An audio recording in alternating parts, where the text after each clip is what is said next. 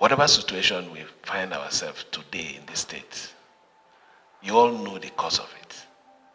Where on earth can tenure of a local government chairman be elongated? You were a former governor. Was it tried in your time? Even those of you that are senators here, even in your own state, is it that the constitution that governs Nigeria is different from the one that operates in River State? Those are the questions, very pertinent questions we should ask. Why should it be that when it comes to the case of River State, the law is always silent? It's just that there is somebody bigger than Nigeria.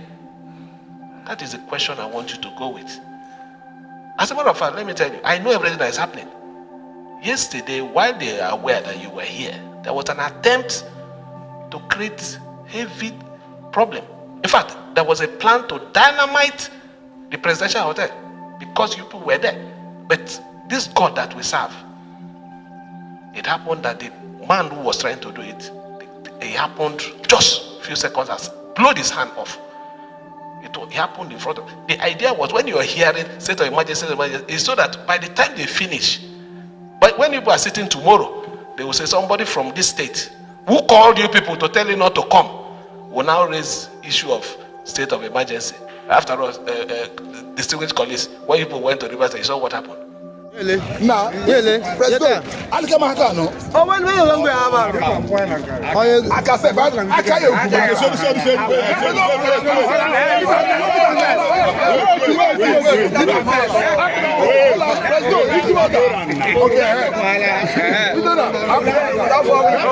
somebody say something before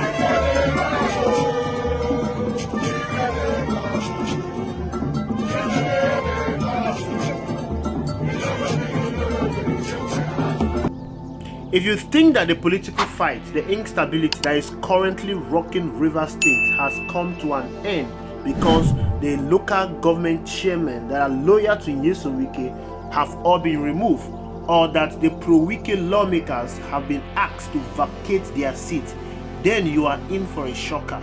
Because I can tell you for free that the crisis in River State has just begun. River State is an oil-rich state, so rich. When I'm talking about rich, I mean rich. The revenue coming from River State alone, if utilized properly, can take care of the economic activities of all the whole 6 states in the South-South region. Therefore, it's not out of place to have political crisis in River State. What is happening in River State is not just a political crisis. It's a fight to control the resources of that state. It's a fight to have unhindered access of the resources in River State. The fight in River State is not new. Ever since the dawn of democracy, there have been fights to control the resources of River State. Amechi did it with Peter Odili. Nyesom Wike did it with Amechi. Now, Fubara is doing same to Nyesom Wike. You might all be seeing this fight like Wike and Fubara fight. This fight is beyond Wike and Fubara fight. I can tell you for a fact that there is an unseen hand in this fight that many people are not paying attention to. But the fact that an attempt was made to bomb River State is a fact to tell you that there are plans to destabilize River State, and there is an unforeseen hand in that fight. It is all political. Somebody somewhere is trying to strip someone of all the political power the person has acquired. Since the scene Fubara and Wike fight started, majority of us have observed it with the wrong lens. We think it's just a fight between a political godfather and his godson, but this perception is flawed. Maybe we are too immersed in the controversially captivating melodrama that we throw away our logic cap, where Tinubu is the unseen hand in this fight, and here is why. If you know Tinubu very well, you will know that Tinubu is definitely behind the whole political crisis that is happening in Rivers State. It is not just about Nyesom Wike trying to have unhindered access in the resources of Rivers State. It is not just because Nyesom Wike is fighting Sinfubara because he is not loyal to him. There is an unseen hand, and that hand is Bola Ahmed Tinubu. Tinubu is bent on stripping the powers of Wike, detaching him from his political base and rendering him useless in Rivers State. The end point is to ensure that Wike lives at his mercy so that he can be a proper errand boy. Of course, you see what is happening to Sanwo-Olu. Sanwo-Olu is an errand boy to Bola Ahmed Tinubu. Same script is playing in Kano against Ganduje and in Kaduna against El-Rufai. If you watch the trajectory of what is happening in Kano and Kaduna State, you will know that Bola Ahmed Tinubu is all out to render some persons in that state politically irrelevant. What he is doing is that he gives these guys an illusion that they get federal backing, and then they go into the fight with this over-bloated ego. Then he removes himself and they get a stinker brutal fall. Let me draw your attention to this. What do you think will give the 23 lawmakers that are loyal to Nyesom Wike to defect to the APC? Is it not a federal backing they got? Of course, they are aware of the law that says that if they defect to a new party, they automatically lose their seat. But these men went ahead and defected to the APC. They even dropped their resignation letter from the PDP. Everything shows that they were getting this backing from the federal government that if they defect to the APC, the court will back them up. But currently now, they've been left on their own. They've lost their seat. The court is not even willing to listen to them. If you know Nyesom Wike well, you will know that Nyesom Wike controls the judiciary in Rivers State. But currently now, the judiciary is not dancing to his whims and caprices. To add salt to their injury, these 23 lawmakers that were loyal to Nyesom Wike, they amended the law to ensure that the local government chairmen that were inaugurated by Nyesom Wike and who are loyal to Nyesom Wike, they extend their stay by 6 months. But currently now, that law is null and void. Everything was done because they felt they are having the backing of the federal government. Where is the federal government in all of this? Nowhere to be found. It's non-existent. Maybe the smartest person is El-Rufai, who hasn't fully launched a public fight against his stooge, Governor Sani, for obvious reasons. Lest we forget, Tinubu is a power monger mafia. Part of the character shared by most powerful mafia bosses like Aniello de la Cruz are dominance, control impulsivity, narcissistic, egocentric personality. These traits can be easily traced in Tinubu. Like how these mafia bosses or godfathers operate, he doesn't and will never want powerful men around him. Everyone around him must submit to his absolute dominance and control. The only way to ensure this is to strip them of their powers.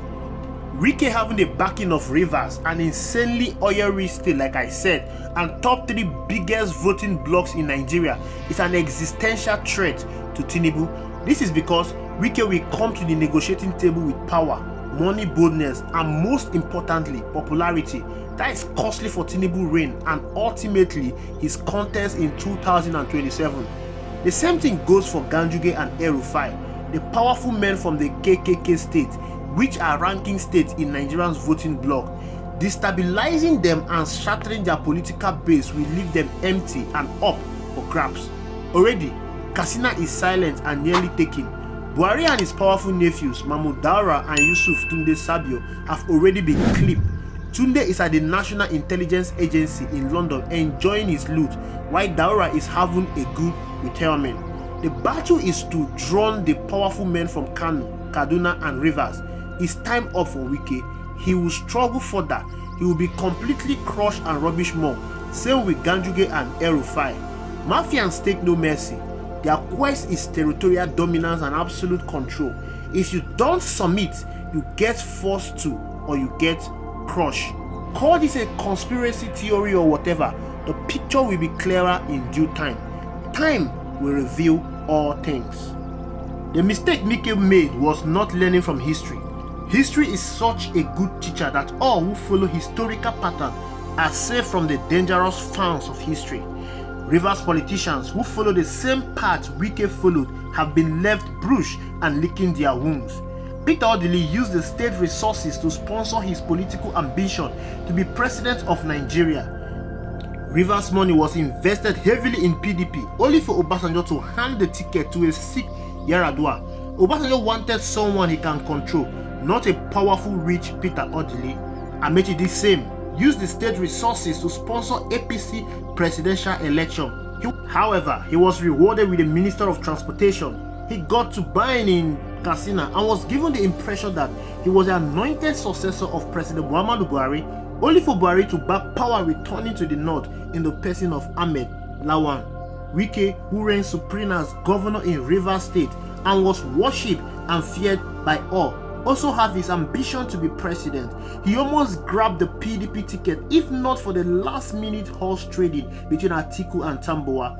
Atiku, on getting the ticket, refused to hand over the VP slot to Nyesom Wike, but rather chose Ifeanyi Okowa. Alhaji Atiku Abubakar, a seasoned politician, also knows of Wike's political ambition and craze for power. If given the opportunity as VP, Wike will overshadow him. Tinubu also knows this.